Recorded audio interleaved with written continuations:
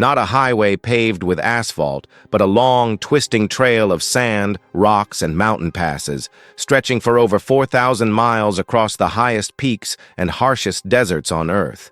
Picture yourself on this road centuries ago, feeling the crunch of gravel under your feet, the dry wind on your face, and the distant jingle of camel bells. This wasn't just any road.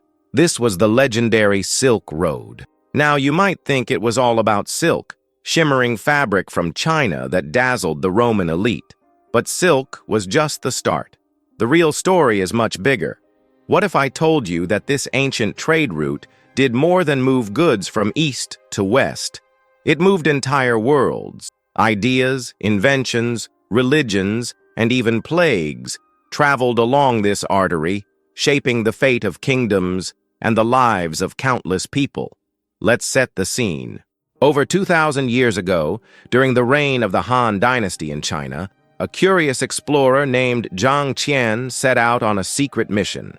He wasn't looking to buy or sell anything. He was looking for allies against fierce enemies. But what he found was a bustling world of traders, storytellers, and adventurers. His journey lit the spark that would become the Silk Road, connecting China with distant lands as far away as the Mediterranean Sea.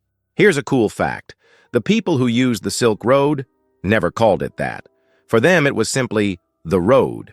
The name Silk Road was actually given much later by a German geographer in the Século XIX. But back in ancient times, nobody set out thinking, "I'm traveling the Silk Road." They just set out to find fortune, adventure, or perhaps a new beginning.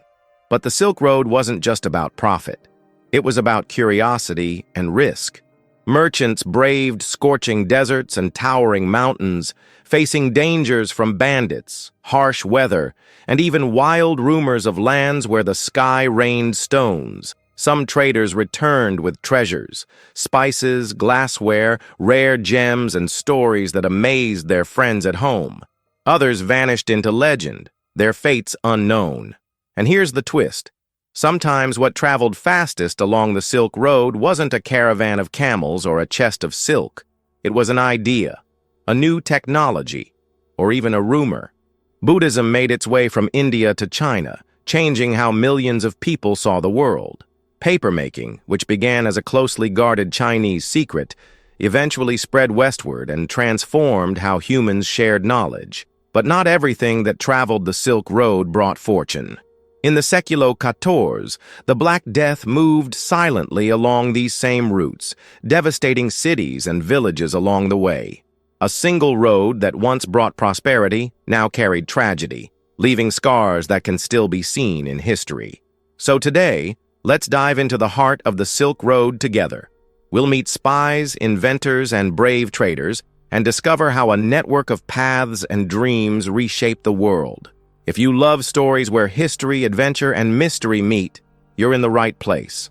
And hey, if you're as passionate about history as we are, don't forget to hit that like button, share this journey with your fellow explorers, and join the Legacy of Empires community, your gateway to the ancient world. Let's get started. Picture this. It's the year 138 before Christ, and the Chinese Han Dynasty is facing a serious problem.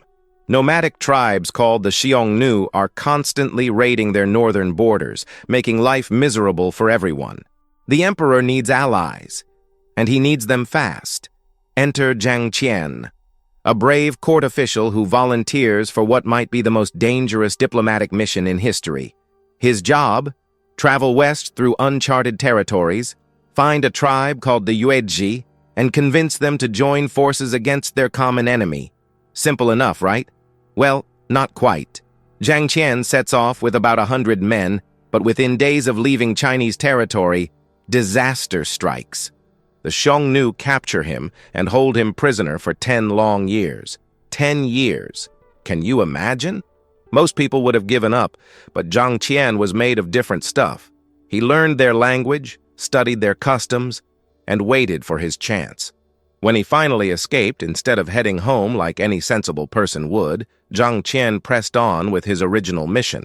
He traveled through the towering Pamir Mountains, crossed scorching deserts, and navigated through kingdoms that had never seen a Chinese person before.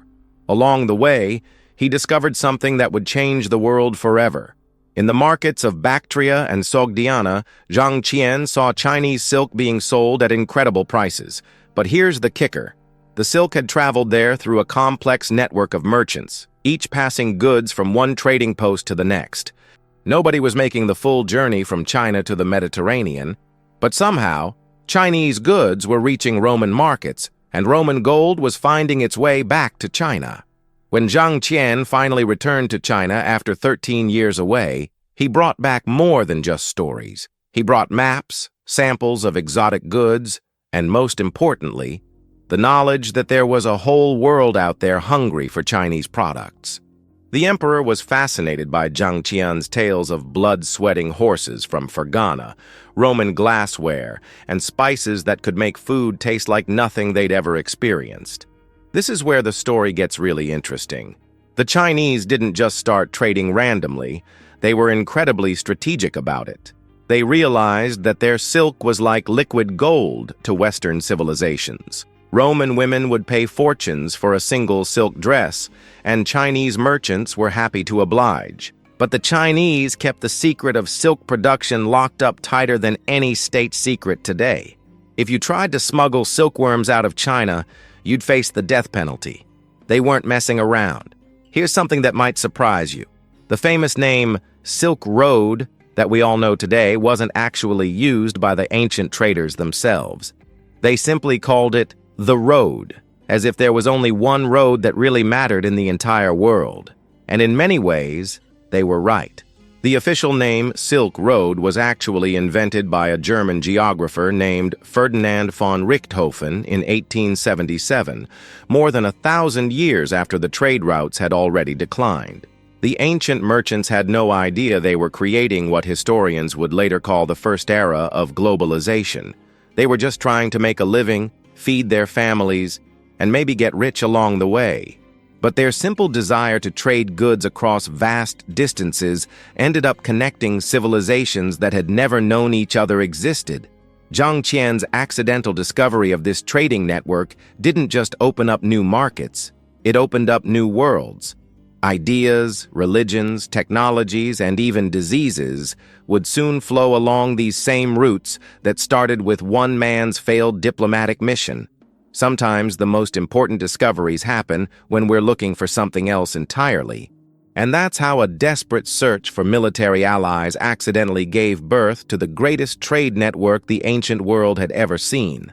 Zhang Qian probably never imagined that his 13-year adventure would set in motion a chain of events that would reshape human civilization forever. You know what's fascinating? When people think of the Silk Road, they immediately picture caravans loaded with shimmering silk fabrics and exotic spices. But here's the thing. The most valuable cargo traveling those dusty routes wasn't always what you could touch or smell. Sometimes it was invisible, traveling in the minds of monks, merchants, and scholars who walked alongside the camels. Let me tell you about one of the most closely guarded secrets in human history. In ancient China, making paper was considered such a state secret that revealing the process to foreigners could get you executed on the spot. Can you imagine? The Chinese had figured out how to turn mulberry bark, old fishing nets, and rags into something that would revolutionize communication forever, and they weren't about to share that knowledge easily. But secrets have a way of escaping, don't they? In the year 751 after Christ, Chinese papermakers were captured during a battle in Samarkand, and under interrogation, they revealed the technique to their Arab captors. Within decades, paper mills were springing up across the Islamic world, and eventually, this knowledge would travel along the same trade routes to reach Europe. One captured secret literally changed how humans would record and share information for centuries to come. Now, here's where the story gets really interesting. While merchants were busy haggling over silk prices, something far more profound was happening. Buddhist monks were walking these same paths, carrying not gold or spices, but ideas that would transform entire civilizations. Picture this. A monk from India arrives in a Chinese town speaking a foreign language, wearing unfamiliar robes, but carrying stories of enlightenment and inner peace that resonated with people who had never heard such concepts before. Buddhism didn't just hop from country to country, it evolved and adapted as it traveled. When it reached China, it mixed with local Taoist beliefs, creating something entirely new. When it continued into Central Asia, it picked up Greek artistic influences from Alexander the Great's old territories. By the time Buddhist ideas reached different regions, they had been transformed by every culture they touched along the way. But perhaps the most intriguing cargo was the early components of what would eventually become gunpowder. Chinese alchemists, originally trying to create elixirs for immortality, had accidentally discovered explosive mixtures. At first, they used these discoveries for fireworks and simple weapons, but the knowledge slowly leaked out through trade relationships. Imagine being a merchant and casually learning about a powder that could create explosions. Talk about insider information that could change warfare forever. The Silk Road was like a giant game of telephone, where each person passing along information added their own twist to the story. Technologies, recipes, artistic techniques, and philosophical ideas were constantly being modified, improved, and adapted as they traveled from one culture to another. However, not everything that traveled these routes was beneficial. The same networks that brought prosperity and knowledge also became highways for disaster. In the 14th century after Christ, something sinister hitched a ride on the trade caravans: the bubonic plague, which would later be known as the Black Death. The plague bacteria lived in fleas that infested the black rats commonly found on merchant ships and caravans. These rats were everywhere along the trade routes, considered just another part of the traveling ecosystem. Nobody understood that these seemingly harmless creatures were carrying death itself from port to port, city to city. The plague started in Central Asia and spread both east and west along the established trade routes. It reached Europe around 1347, where it would kill an estimated one-third of the entire population. Cities became ghost towns overnight. Families were wiped out completely. The social and economic structure of medieval Europe was shattered in just a few short years. What's tragically ironic is that the same roots that had brought life-changing innovations like paper, Buddhism, and new technologies also brought this devastating disease. The merchants who had spent generations building these networks of trust and cooperation inadvertently created the perfect conditions for a pandemic to spread across continents. The Black Death showed the world just how connected they had become. A disease that started in the steppes of Mongolia could reach London, Paris, and Constantinople with terrifying speed. It was a harsh reminder that in an interconnected world, both blessings and curses travel the same roads. This is what made the Silk Road so remarkable and so dangerous at the same time. It wasn't just a trade route. It was a living, breathing network where ideas, innovations, beliefs, and even diseases flowed freely between civilizations. Every caravan that set out carried far more than its visible cargo. It carried the potential to change the world, sometimes for better, sometimes for worse, but always in ways that nobody could have predicted. You know, when we talk about the Silk Road, we often focus on the famous explorers and the exotic goods. But we're missing the real heroes of this story. The people who actually kept these trade routes alive for over 1,000 years weren't Chinese emperors or European adventurers. They were a group of Central Asian merchants called the Sogdians. And trust me, their story is absolutely fascinating. Picture this. You're living in the harsh mountains and deserts of Central Asia, surrounded by empires that are constantly rising and falling around you. The Chinese are fighting in the east, the Persians are battling in the west, and various nomadic tribes are raiding everywhere in between. What do? Well, if you're Sogdian, you become the ultimate middleman.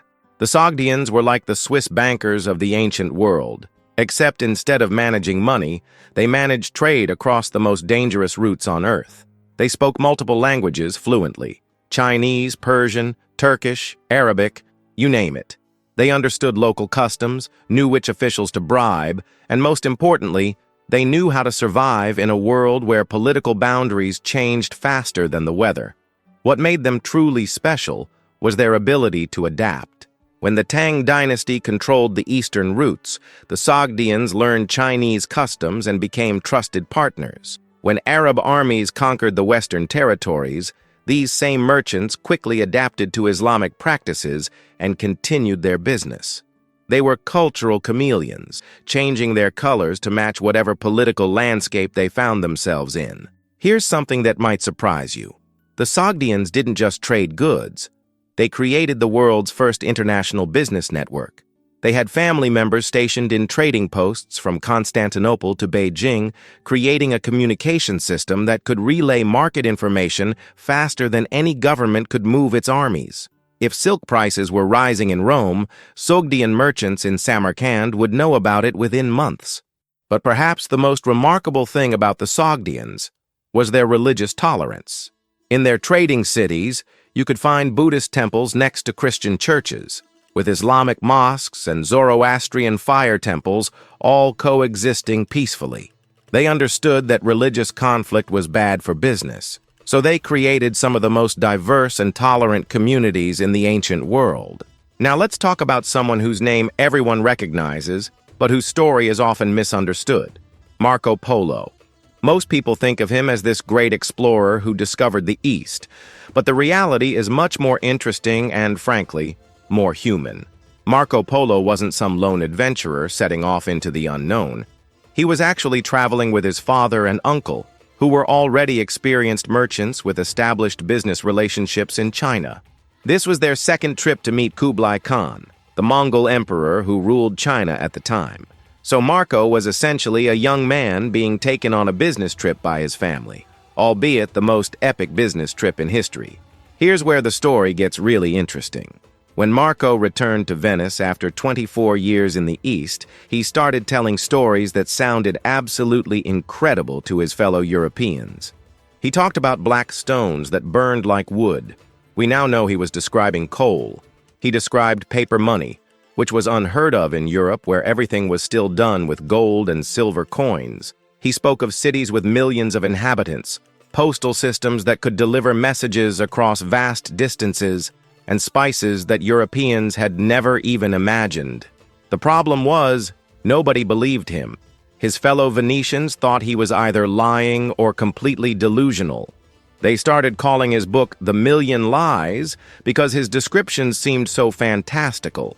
Imagine spending decades of your life in incredible places, experiencing wonders that no European had ever seen, only to come home and have everyone think you're making it all up. But Marco had a secret weapon. He was a collector. Throughout his travels, he had been gathering small souvenirs, samples of unusual materials, and even simple things like pebbles from the Himalayas.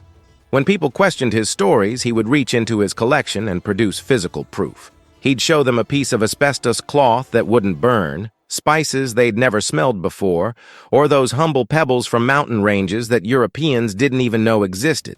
Those pebbles became his most powerful evidence. Anyone could make up stories about great cities or strange customs, but you couldn't fake rocks from places that didn't exist. When Marco produced those weathered stones and explained exactly where he had picked them up during his mountain crossings, even his harshest critics had to admit that he must have actually been there. What's fascinating is that Marco Polo's book, despite being initially dismissed as fiction, became one of the most influential travel accounts in history. Christopher Columbus carried a copy with him on his voyage to the Americas, hoping to find some of the wealthy kingdoms that Marco had described. The book inspired countless other explorers and merchants to seek out the riches of the East. But here's the thing that really gets me. Marco Polo's success wasn't just about his adventures.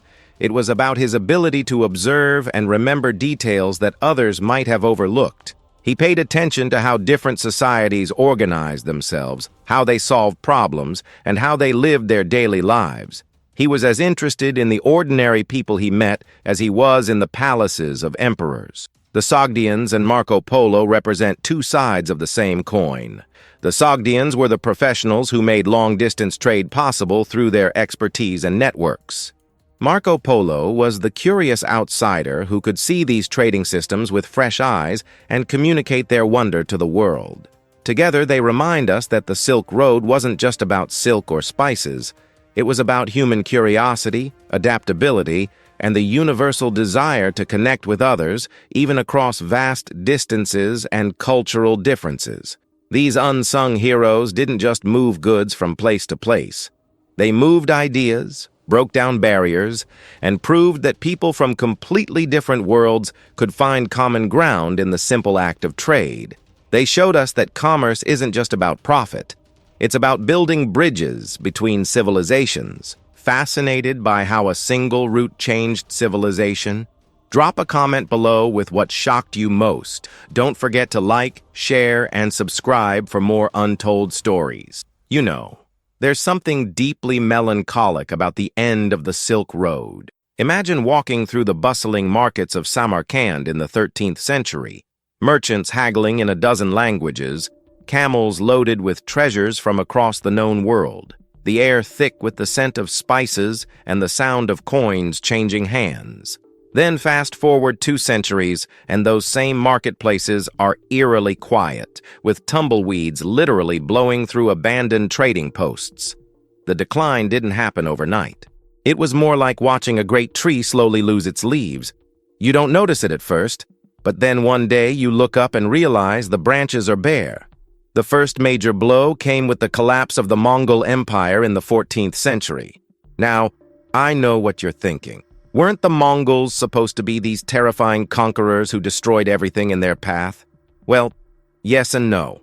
While they were absolutely ruthless in conquest, they were surprisingly brilliant at managing trade once they controlled territory. The Mongols had created something unprecedented, a single political authority that stretched from Eastern Europe to the Pacific Ocean. Under their rule, a merchant could travel from Beijing to Baghdad with just one set of travel documents. They had established a postal system called the Yam that could relay messages across continents faster than anything the world had ever seen. Most importantly, they guaranteed safe passage for traders along the routes they controlled. But here's the thing about empires. They're only as strong as their ability to hold together. When the Mongol Empire began fragmenting into smaller kingdoms, each new ruler wanted to control and tax the trade passing through their territory. What had once been a unified highway became a patchwork of competing jurisdictions, each demanding tribute, each creating new obstacles for merchants trying to move goods across long distances. Picture being a trader in the late 14th century. You're planning a journey that your grandfather completed routinely. But now you need to navigate through 5 different kingdoms, each with their own currency, customs, and officials who need to be convinced or bribed. The journey that once took months now takes years, and the costs have multiplied exponentially. Many merchants simply decided it wasn't worth the risk anymore. Then came an even more devastating blow. The Ottoman Empire, which had been steadily expanding across the Middle East and into Europe, began imposing heavy taxes and restrictions on trade passing through their territories. The Ottomans weren't necessarily trying to kill the Silk Road, they just wanted to maximize their profits from it. But their policies had the unintended consequence of making overland trade so expensive that merchants started looking for alternatives. This is where the story takes a fascinating turn. While the Ottomans were tightening their grip on the traditional land routes, Portuguese and Spanish explorers were making breakthroughs in maritime navigation. In 1498, Vasco da Gama successfully sailed around Africa to reach India, proving that ships could carry the same goods that had once traveled by camel caravan, but faster, cheaper, and in much larger quantities. Think about it from a merchant's perspective. You could spend 2 years organizing a caravan, dealing with bandits, paying taxes to multiple rulers, and losing half your goods to spoilage and theft along the way. Or you could load everything onto a ship, sail directly to your destination, and complete the same journey in a fraction of the time. The choice was obvious. The sea routes didn't just compete with the Silk Road, they completely revolutionized trade. A single Portuguese ship could carry more goods than an entire caravan, and the voyage from Lisbon to India took months instead of years. European merchants could now buy spices, silk, and porcelain directly from Asian producers, cutting out all the middlemen who had made the overland routes profitable. But here's what really fascinates me about this transition. The cities that had thrived on the Silk Road didn't just fade away quietly. Places like Samarkand, Bukhara, and Kashgar fought desperately to remain relevant.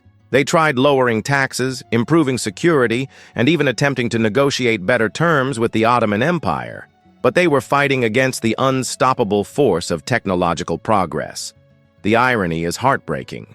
The same spirit of innovation and adaptation that had created the Silk Road in the first place was now destroying it. The merchants and explorers who pioneered the sea routes were driven by the same curiosity and entrepreneurial spirit that had motivated Zhang Qian and Marco Polo centuries earlier. By the 16th century, the great overland trade routes had become little more than regional networks.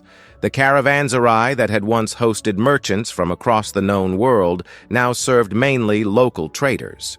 The cosmopolitan cities that had been melting pots of cultures and languages gradually returned to their local identities. But before we get too sad about this ending, let's talk about what the Silk Road accomplished. This network of trade routes was essentially the world's first experiment in globalization. For over 1,000 years, it proved that people from completely different cultures, speaking different languages, and following different religions could work together for mutual benefit. The Silk Road showed that distance was just a challenge to be overcome, not an insurmountable barrier.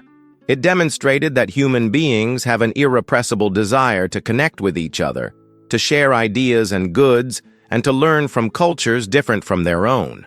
Long before anyone had coined the phrase global economy, the Silk Road was creating exactly that. When we look at our modern world with its internet connections, international trade agreements, and global supply chains, we're really just seeing the latest version of something that began with Zhang Qian's accidental discovery of international trade networks. The tools have changed, but the fundamental human drive to connect and exchange remains exactly the same. The Silk Road's legacy isn't just about the goods that traveled along its routes or the cities that grew wealthy from trade. It's about the proof that East and West were never as separate as we sometimes imagine. Chinese inventions shaped European development, Islamic scholars preserved Greek philosophy, and Indian mathematical concepts revolutionized calculation across continents. The Silk Road was the original World Wide Web, connecting civilizations and proving that human creativity and curiosity know no boundaries. So when the last caravan finally made its way through the Taklamakan Desert and the great trading cities fell silent, it wasn't really an ending. It was just the closing of one chapter in the ongoing story of human connection. The road itself might have gone quiet, but the spirit that created it continues to drive us to find new ways to bridge the gaps between cultures, to share our discoveries, and to prove that the world is much smaller than it appears. Picture this. A merchant from Rome holds a piece of silk so fine it seems to capture sunlight itself. Thousands of miles away, a Chinese scholar studies a manuscript written on paper that traveled from the West. Between these two moments lies the true magic of the Silk Road. It wasn't just moving things from one place to another, it was weaving the very fabric of human connection. When we talk about the Silk Road today, we often focus on the goods, the precious silk, the aromatic spices, the gleaming gold. But the real treasure was something far more valuable: ideas. Every caravan that trudged through mountain passes and desert sands carried more than merchandise. They carried stories, beliefs, inventions, and dreams. Think about it this way: Buddhism didn't just appear in China overnight. It traveled those dusty roads, carried by merchants who shared their faith around campfires under starlit skies. The same paths that brought Chinese silk to Roman markets also brought Indian mathematics to the Islamic world and Greek philosophy to Central Asia. Every transaction was also a conversation, every trade post a melting pot of cultures. The Silk Road proved something remarkable about human nature. We've always been connected, even when oceans and mountains seemed to separate us. Long before we had the internet, ships, or airplanes, people found ways to reach across vast distances. They risked everything: bandits, harsh weather, political upheaval, just to share what they had with others. Here's what's fascinating. The challenges those ancient traders faced aren't so different from what we deal with today. They had to navigate different languages, currencies, and customs. They had to build trust with strangers from completely different worlds. They had to adapt to new technologies and changing political landscapes. Sound familiar? The Silk Road was humanity's first experiment in globalization, and it taught us lessons we're still learning. It showed us that when people come together to trade, they don't just exchange goods, they exchange pieces of themselves. A Roman glass cup becomes a treasured possession in a Chinese home. A Buddhist statue carved in Greek style becomes a sacred object in an Indian temple. But perhaps the most important lesson of the Silk Road is this: progress happens when barriers come down, not when they go up. The routes flourished when empires welcomed foreign traders and embraced new ideas. They withered when kingdoms closed their borders and turned inward. The Silk Road's greatest enemy wasn't distance or danger. It was isolation. When Marco Polo returned to Venice with tales of the East, many people thought he was making it all up. The world he described seemed too fantastical, too different from their own experience. But time proved him right. The connections he witnessed were real, and they changed everything.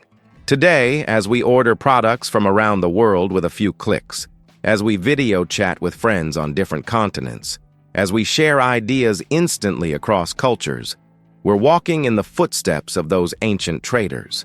They would recognize our global marketplace, even if the technology would amaze them.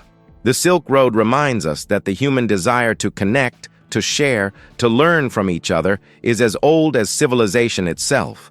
Every time we reach out to someone different from ourselves, every time we're curious about another culture, every time we choose understanding over fear, we're keeping the spirit of the Silk Road alive. So the next time you wear silk, sip tea, or use paper, remember the countless hands that made it possible.